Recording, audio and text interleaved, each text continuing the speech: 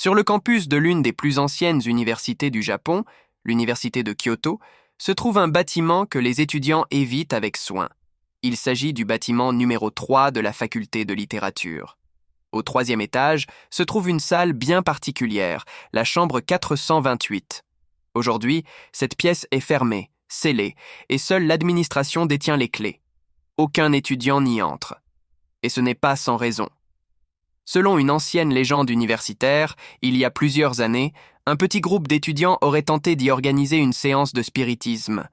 Ils voulaient invoquer l'esprit d'un écrivain célèbre pour recevoir de l'inspiration. Mais ce qui aurait répondu à l'appel n'était pas un esprit humain. Depuis ce jour, des phénomènes étranges ont commencé. Les professeurs entendaient des voix derrière les murs, alors que la pièce était vide. Le matériel tombait en panne sans explication. Et l'air devenait soudainement glacial. Un étudiant, qui s'y serait introduit par défi une nuit, fut retrouvé au matin dans un état de choc profond. Il ne parla plus jamais.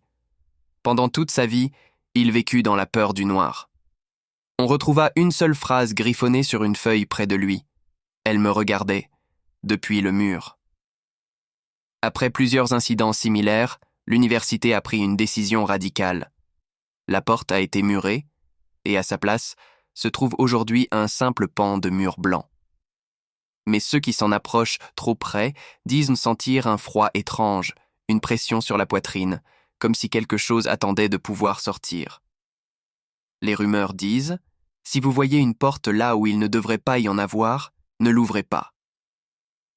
Dans chaque pays, il existe des lieux où même la science refuse d'entrer.